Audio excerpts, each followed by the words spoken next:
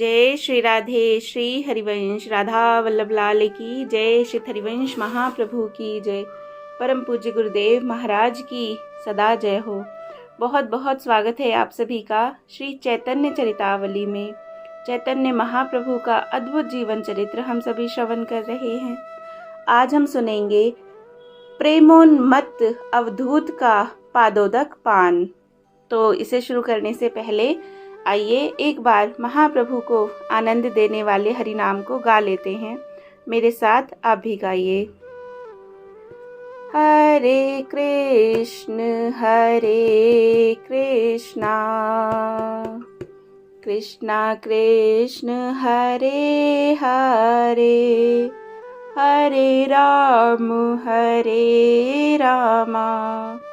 राम राम हरे हरे, हरे कृष्णा राधे राधे। चलिए शुरू करते हैं। जिन्हें भगवत भक्ति की प्राप्ति हो गई है, जो प्रभु प्रेम में मतवाले बन गए हैं, उनके सभी कर्म लोक बाह्य हो जाते हैं। जो क्रिया किसी उद्देश्य की पूर्ति के लिए की जाती है उसे कर्म कहते हैं, किंतु वैसे ही निरुद्देश्य रूप से केवल करने के ही निमित्त जो चेष्टाएं या क्रियाएं होती हैं उन्हें लीला कहते हैं। बालकों की सभी चेष्टाएं ऐसी ही होती हैं। उनमें कोई इंद्रिय जन्य सुख, स्वार्थ या कोई उद्देश्य नहीं होता। वे तो वैसे ही निरुद्देश्य भाव से होती हैं। भक्तों की सभी चेष्टाएं इसी प्रकार की होती हैं, इसीलिए उन्हें कर्म ना कहकर लीला ही कहने की प्राचीन परिपाटी चली आई है। भक्तों की लीलाएं प्राय बालकों की लीलाओं से बहुत ही अधिक मिलती जुलती हैं। जहाँ लोक लज्जा का भय है, जहाँ किसी वस्तु के प्रति अश्लीलता के कारण घृणा के भाव है और जहाँ दूसरों से भय की संभावना है, वहाँ असली प्रेम नहीं। बिना असली प्रेम के विशुद्ध लीला हो ही नहीं सकती। अतः लज्जा, घृणा और भय ये स्वार्थजन्य मोह के द्योतक हैं। भक्तों में तथा बालकों में ये तीनों भाव नहीं होते, तभी उनका हृदय विशुद्ध कहा जाता है। जय हो। प्रेम में उन्मत्त हुआ भक्त कभी तो हंसता, कभी रोता, कभी गाता है और कभी संसार की लोक लाज छोड़कर दिगंबर वेश में तांडव नृत्य करने लगता है। उसका चलना विचित्र है, वह विलक्षण भाव से हंसता है, उसकी चेष्टा में उन्माद है, उसके भाषण में निरर्थकता है और उसकी भाषा संसारी भाषा से भिन्न ही है। वह बालकों की भांति सबसे प्रेम करता है, उसे किसी से भय नहीं, किसी बात की लज्जा नहीं। नंगा रहे तो भी वैसा और वस्त्र पहने रहे तो भी वैसा। उसे बाह्य वस्त्रों की कुछ उपेक्षा नहीं। वह संसार के विधि निषेध का गुलाम नहीं। अवधूत नित्यानंद की भी यही दशा है। 32 वर्ष की अवस्था होने पर भी वे सदा बाल्य भाव में ही रहते। मालती देवी के सूखे स्तनों को मुंह में लेकर बच्चों की भांति चूसते। अपने हाथ से दाल भात नहीं खाते। तनिक तनिक सी बातों पर नाराज हो जाते और उसी क्षण बालकों की भांति हंसने लगते। श्रीवास को पिता कहकर पुकारते और उनसे बच्चों की भांति हठ करते। गौरांग इन्हें बार बार समझाते, किंतु ये किसी की भी नहीं सुनते। सदा प्रेम वारुणी पान करके उसी के मद में मत्त बने रहते। शरीर का होश नहीं, वस्त्र गिर गया उसे उठाने तक की सुध नहीं।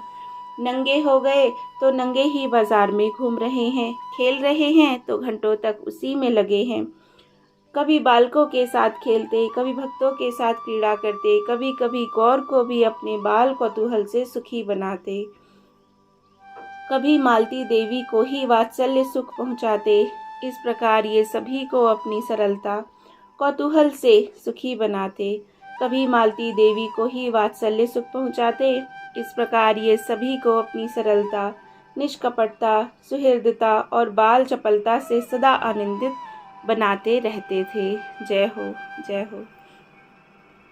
एक दिन ये श्रीवास पंडित के घर के आंगन में खड़े ही खड़े कुछ खा रहे थे। इतने में ही एक कौवा ठाकुर जी के घृत के दीपक को उठा ले गया। इससे मालती देवी को बड़ा दुख हुआ। माता को दुखी देखकर ये बालकों की भांति कौवे को टुकड़ा दिखाते हुए कहने लगे। बार बार कौवे को पुचकारते हुए गायन के स्वर में सिर हिला हिलाकर कह रहे थे, कौवा भैया आ जा, दूध बतासे खा जा, मेरा दीपक दे जा, अपना टुकड़ा ले जा, अम्मा बैठी रोवे, आंसू से मुँह धोवे, उनका धीर बंधा जा, कौवा भैया आ जा, दूध बतासे खा जा, आजा प्यारे आजा। ऐसे ये गा रहे थे।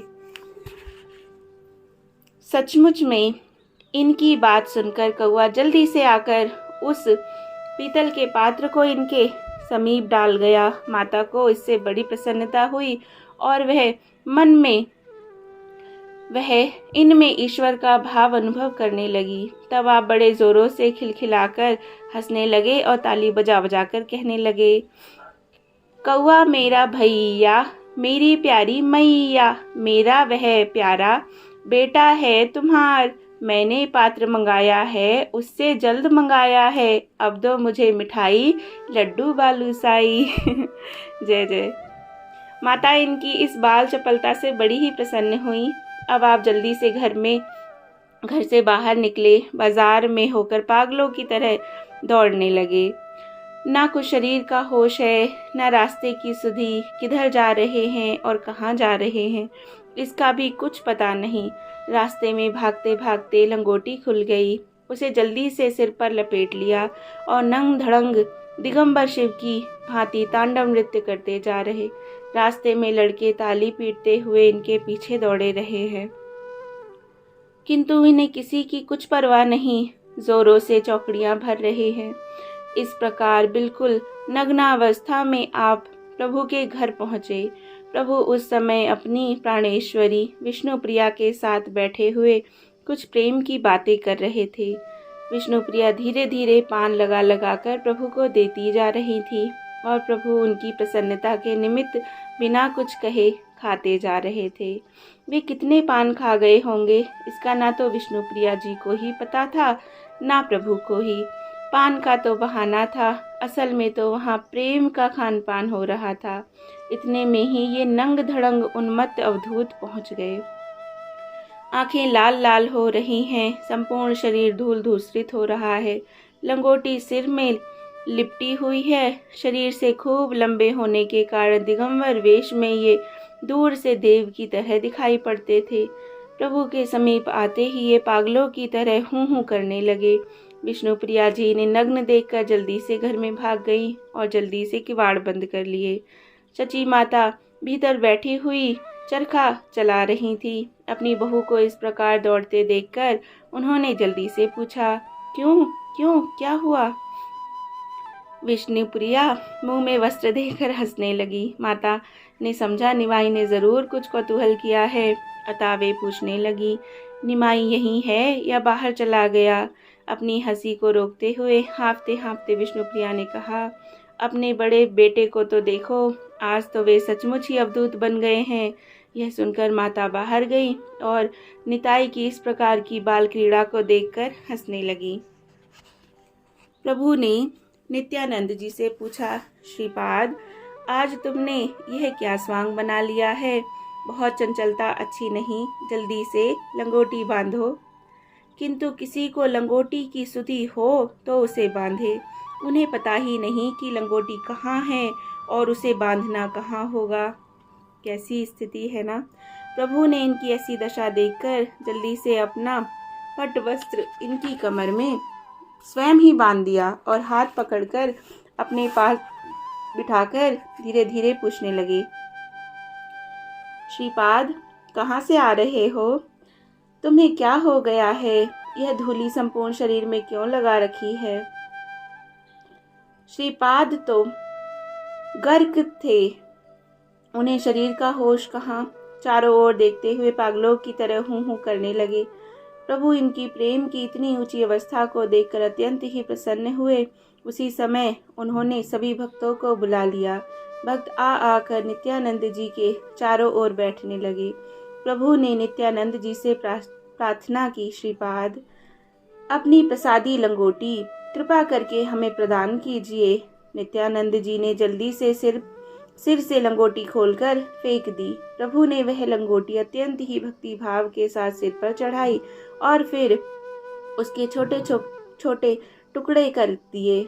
सभी भक्तों को एक एक टुकड़ा देते हुए प्रभु ने कहा, इस प्रसादी चीर को आप सभी लोग बहुत सुरक्षित रखना।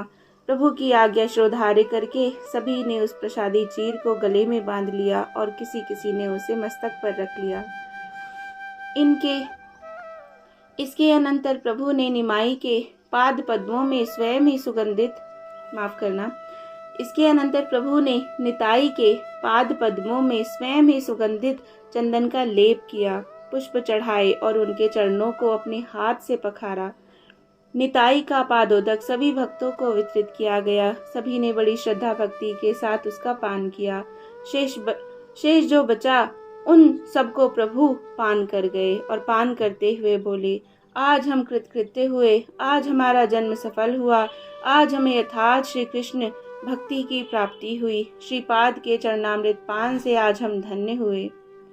इस प्रकार सभी भक्तों ने अपने अपने भाग्य की सराहना की।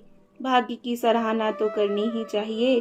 भगवान की यथार्थ पूजा तो आज ही हुई है। भगवान अपनी पूजा से उतने संतुष्ट नहीं होते जितने अपने भक्तों की पूजा से संतुष्ट होते हैं।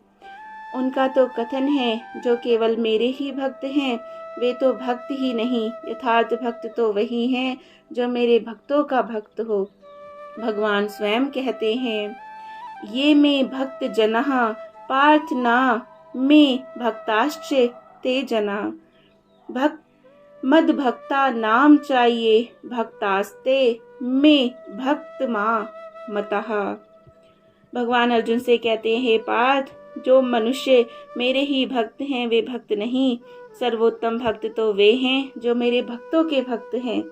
आराधना नाम सर्वेश्याम विष्णु आराधना नाम परम, तस्मात् परत परम देवी तदीया नाम समर्चनम। ये पद्म पुराण का वाक्य है।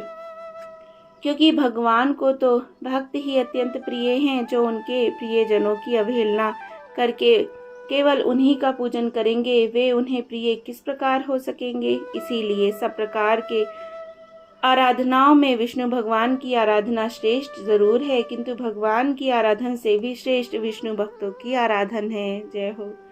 भगवत भक्तों की महिमा प्रकाशित करने के निमित्त ही प्रभु ने यह लीला की थी। सभी भक्तों को निताई के पादोदक पान से एक प्रकार की आंतरिक शांति सी प्रतीत हुई। अब निताई को कुछ कुछ होश हुआ। वे बालकों की भांति चारों ओर देखते हुए सची माता से दीनता के साथ बच्चों की तरह कहने लगे, अम्मा, बड़ी भूख लगी है, कुछ खाने के लिए दो। माता यह सुनकर जल्दी से भीतर गई और घर की बनी हुई सुंदर मिठाई लाकर उनके हाथों पर रख दी। वे बालकों की भांति जल्दी जल्दी कुछ खाने लगे, कुछ पृथ्वी पर फेंकने लगे। खाते खाते ही वे माता के चरण छूने को दौड़े।